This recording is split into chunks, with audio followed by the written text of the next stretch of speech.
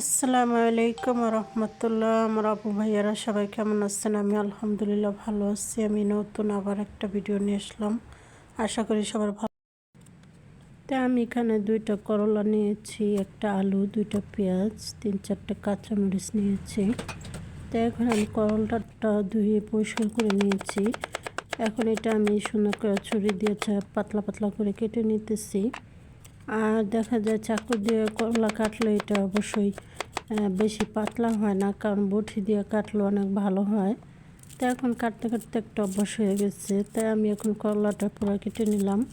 তো এখন আমি পেঁয়াজটা ছিলে নিতেছি। আজকে আমি এই করলা ভাজিটা কীভাবে করি সেটা একটু দেখাবো। আর সবাই জানি করলা ভাজি করতে পারেন, আর আমি যেভাবে করি এভাবে যদি আপনারা করে খান তাহলে করলাটা একটু তিতা লাগবে না। তো এখন আমি এই তো পেঁয়াজটাও কেটে নিলাম। আর আপনারা দেখে বুঝতেছেন আমি পেঁয়াজটা কিন্তু গোল গোল সাইজ করে কেটে নিয়েছি।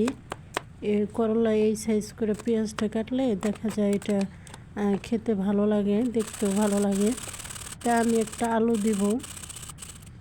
তা এখন আমি আলুটা সুন্দর করে একটু ঘষে নিলাম। আর দেখা যায় আমি করলাটা এটা কোনো মাছ দিয়ে রান্না করব না, এমনি রান্না করব। আপনারা চাইলে চিংড়ি মাছ দিয়েও করতে পারেন। আর এভাবে করলা ভাজি করলে একটু তিতা লাগে না। তো এখন আমি প্রথমে একটু কড়াইতে তেল দিয়ে দিলাম, আর এখন আমি পেঁয়াজ কুচিটা দিয়ে দিলাম। এখানে আমি মিডিয়াম সাইজের 2টা পেঁয়াজ নিয়েছি। আর আপনারা সবসময় করলা ভাজির ভিতরে একটু পেঁয়াজটা বেশি দেওয়ার চেষ্টা করবেন, তাহলে খেতে ভালো লাগে। আর দেখা যায় করলা ভাজি কখনো ঢেকে রান্না করবেন না, ঢেকে দিলে কিন্তু অনেক তিতা হবে। আমি যেভাবে রান্না করি যদি সেম এইভাবে রান্না করেন তাহলে ভাজিটা খেতে খুবই ভালো লাগবে। আর আমি করলাটা বেশি সিদ্ধ করব না। তো এখানে আমি সামান্য একটু হলুদের গুঁড়া দিয়ে দিলাম, একদম নামের হলুদের গুঁড়া যেটা বলতে পারেন, খুবই অল্প। আর পরিমাণ মতো লবণ। আর এখন আমি করলাটাও দিয়ে দিয়েছি।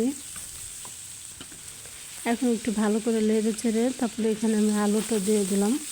আর আলুটা আমি যে ঘষে নিচ্ছিলাম, তো এটা আমি দিয়ে দিলাম এখন। আর এটা আমি পুরো হাই হিটে রান্না করতেছি। এটা জাল কিন্তু কমানো যাবে না, কমিয়ে দিলে কিন্তু এটা করলাটা তিতা লাগবে।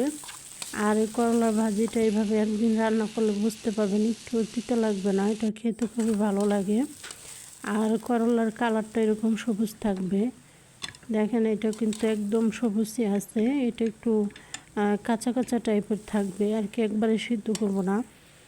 যারা এভাবে করলা ভাজি করে খেতে পছন্দ করেন তাহলে এইভাবে করে রান্না করবেন, দেখবেন অনেক ভালো লাগবে। দেখা যায় অনেকে করলা বেশি সিদ্ধ হয়ে গেলে পছন্দ করে না। এই তো আমার ভাজিটা হয়ে গেছে, এভাবে সবাই রান্না করে খাবেন আর সবাই ভালো থাকবেন। আর আমার ভাজিটা কেমন হয়েছে কমেন্টে বলবেন। সবাই ভালো থাকবেন। আসসালামু আলাইকুম রহমতুল্লাহ।